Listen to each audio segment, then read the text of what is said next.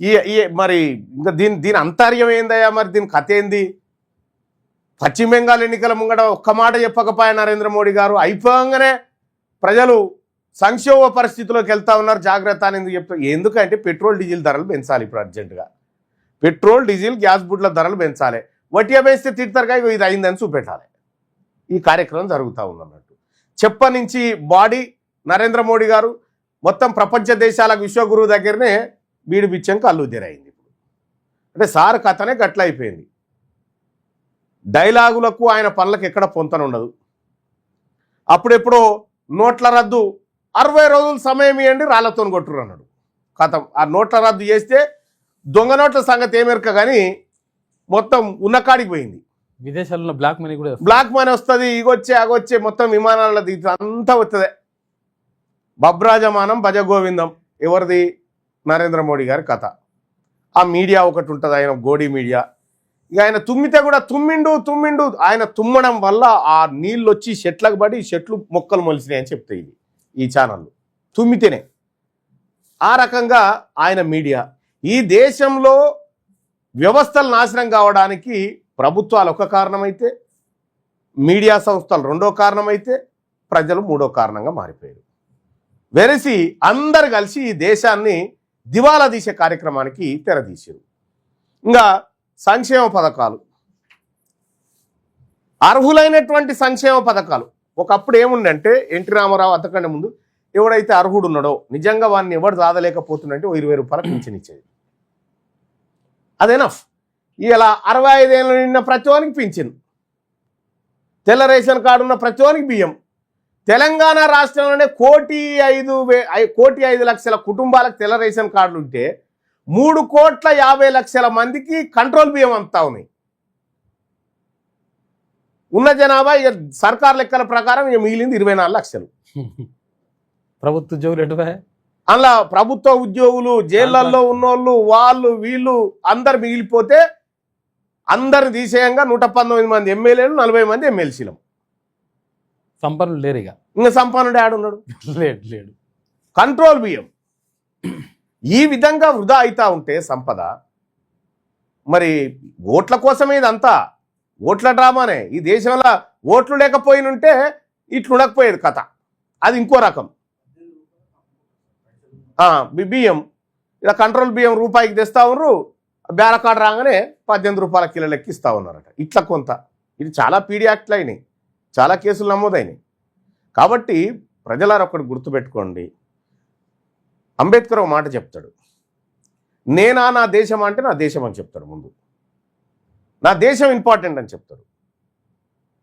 కాబట్టి ప్రజలకు కూడా దేశం ఇంపార్టెంటు. ఈ దేశం ఉంటేనే, ఈ దేశం ఇచ్చినటువంటి హక్కులను మనం అనుభవిస్తూ ఉన్నాం కాబట్టి, ఈ భూమి మీద జీవిస్తూ ఉన్నాం కాబట్టి దేశం గురించి కూడా కొంత ఆలోచన చేయాలి. ఇవాళ ఏదో నరేంద్ర మోడీ గారు చెప్పింది కానీ అంతకుముందు చెప్పింది కానీ ప్రధానమంత్రిగా పివి నరసింహారావు గారు ఉన్నప్పుడు మన్మోహన్ సింగ్ గారిని ఆర్థిక శాఖ మంత్రిని చేసి బంగారం నిల్వలను తాకట్టు పెట్టి విదేశీ మారకాన్ని తీసుకొచ్చి సంసారాన్ని నెల తీసుకొస్తే ఇవాళ ఈడుంది. ఆ రోజు ఫారెన్ డైరెక్ట్ ఇన్వెస్ట్మెంట్లు 49% నుంచి పైకి పెంచడం ద్వారా విదేశీ నిల్వలు వచ్చినాయి. అట్లా దేశం మళ్ళీ గాడిన పడ్డది. సరళీకృత ఆర్థిక విధానం అని చెప్పి తీసుకురావడంతో సరళించడం, ఆర్థిక విధానాన్ని సరళించడం అంటే అప్పుడు ఇట్లుండే ఇప్పుడు ఇట్లా చేసిరు. కాబట్టి సరళింపు అంటే ఏంటంటే ఇట్లా చేయడం అంతే. సో కాబట్టి ప్రజలారా మనం కూడా స్వయ నియంత్రణ పాటించకపోతే, వృధాలను అరికట్టకపోతే ఈ దేశం ఇంకా దివాలా తీస్తుంది. అది కేవలం నేను ఒక్కని చేయకపోతే ఏమవుతుంది అనుకుంటు, నువ్వు ఒక్కని నుంచి స్టార్ట్ అయితేనే ఇవన్నీ మిగులుతాయి. కాబట్టి ప్రజలందరూ స్వయ నియంత్రణ పాటించాల్సినటువంటి అవసరం ఉంది. బాజప్తా ఈ దేశం బాగుపడాలంటే ఈ చోరీలు ఆగాలి. ఏ చోరీలు? ఈ విద్యుత్ చోరీలు, ఈ చోరీలు ఆపాలి. 1,06,000 కోట్ల రూపాయలు కేవలం వృధా పోతా ఉంది ఈ దేశంలో, వృధాగా. ఏది? ఆయిల్ విషయంలోనే, ఇది ఇంధనం, ఇంకా విద్యుత్, ఇది అనేక రకాలైనటువంటి ఈ సమస్యలతో ఈ దేశం కొట్టుమిట్టాడుతుంది. కాబట్టి ప్రజలారా మనందరిపైన బాధ్యత ఉంది. అందరం కూడా ఈ దేశాన్ని కాపాడుకోవాలి. ఈ దేశం మనది. ఈ దేశం చాలా పుణ్యభూమి. ఈ భూమికి మనం అందరం కూడా పుత్రులం. కాబట్టి ఇక్కడ ఉన్నటువంటి భారతదేశంలో ఉన్నటువంటి రిసోర్సెస్ ఉన్నాయి చాలా. రిసోర్సెస్ లేక కాదు, కానీ టెక్నాలజీ సరిపడలేక. మనం గమ్మత్ విషయం ఏంటంటే సైన్స్ని ఎక్కువ నమ్మనియది భారతీయ జనతా పార్టీ, ప్రజల్ని సైన్స్ వైపు పోనీయది. ఎందుకంటే సైన్స్ వైపు పోయినప్పుడు మాత్రమే మనిషి సివిలైజ్ అవుతాడు. వాస్తవానికి మన్మోహన్ సింగ్ గారు ఇంకొక 10 ఏళ్ళు ప్రధానమంత్రి ఉంటే ఈ దేశం రూపురేఖలు ఇట్లుండకపోయేటి. మన్మోహన్ సింగ్ గారు ఇంకొక 10 సంవత్సరాలు ఉండినంటే ఈ దేశం రూపురేఖలు అన్నీ మారిపోయేటి. వాళ్ళు తీసుకొచ్చినటువంటి స్కీమ్స్ చాలామంది ఇవాళ వాళ్ళు ఏది మోడీ మీడియా ఆ బ్యాచ్ అంత అంటారు, కానీ రైట్ టు ఇన్ఫర్మేషన్ యాక్ట్ ఏందబ్బా అది? ఒక కార్యాలయంలో దాచిపెట్టిన కాగితాన్ని చిన్న తెల్ల కాగితం మీద రాసి సంతకం పెట్టి కడితే అంటే ఇవ్వాల్సినటువంటి చట్టం తీసుకొచ్చారు. Right to education, right to education act ఎవరు తీసుకొచ్చారు? ఉపాధి హామీ అంటే పని చేసే హక్కును ఎవరు ఇచ్చారు? ఇన్ని రకాల, అసలు నిజంగా వండర్ఫుల్ అది. మన్మోహన్ సింగ్ పరిపాలనా కాలం వండర్ఫుల్. ఆ స్కీమ్లని ఎవరు చేసిరు, కానీ సరే మన్మోహన్ సింగ్ అయితే చాలా నిజాయితీపరుడు, ఆయనకు ఇవన్నీ తెలివై ఆయనను చూపెట్టి ఎవడన్నా చేసిండేమో, అది తప్పే. కానీ నరేంద్ర మోడీ గారు తెచ్చినటువంటి స్కీమ్స్ దేనికి ఎక్కడికి వచ్చే స్కీమ్స్ కాదు. మన్మోహన్ సింగ్ గారి బాటలే ఈ దేశానికి ఇప్పటి వరకు నిలబెట్టినాయి ఈ దేశాన్ని.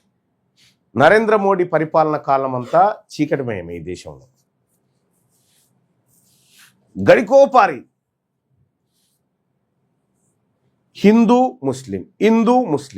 ముస్లింలతోటి ఈ దేశం కాదు ఏ దేశం బాగుపడదు. ఆ మాటలు చెప్పుకుంటా వాళ్ళ మధ్య వైషమ్యాలు పెట్టుకుంటూ పోతే ఏ దేశం బాగుపడదు? ప్రజలంతా సమానమే. కాబట్టి వాస్తవానికి కూడా చదువుకున్నాడు ఉండాలి అబ్బా ముఖ్యమంత్రి ఎంతైనా. కానీ మన్మోహన్ సింగ్ గారు ఆక్స్ఫర్డ్లో చదువుకున్నటువంటి వ్యక్తి, కేంబ్రిడ్జ్లో పనిచేసినటువంటి వ్యక్తి, చాలా పెద్ద పర్సనాలిటీ మన్మోహన్ సింగ్ గారు ఆయనను గడికోపారి ఇలా అంటుండే, రోబో నోరు తెరవడు. మన్మోహన్ సింగ్ నోరు తెరవలే, అబద్ధం చెప్పలే. ఈయన నోరు ముయ్యాలే, నిజం చెప్పాడు. నరేంద్ర మోడీ గారికి మన్మోహన్ సింగ్ గారికి ఉన్నటువంటి తేడా. మన్మోహన్ సింగ్ మళ్ళీ పుడితే బాగుండు ఈ భూమి మీద అని చెప్పి కోరుకుంటా ఉన్నారు చాలామంది ఆర్థికవేత్తలు కూడా. సో చాలామంది ఉన్నారు ఆర్థికవేత్తలు. సో వాళ్ళకి ఏంటంటే ఈ గోధి మీడియా ఇదంతా ఉంది కదా, వాళ్ళు ఈ సమాజాన్ని దేశాన్ని పైకి వీళ్ళు చీకట్లు ఉంటేనే మోడీని గొలుస్తారు, లేకపోతే గొలవరు అనేది వాళ్ళ బాధ.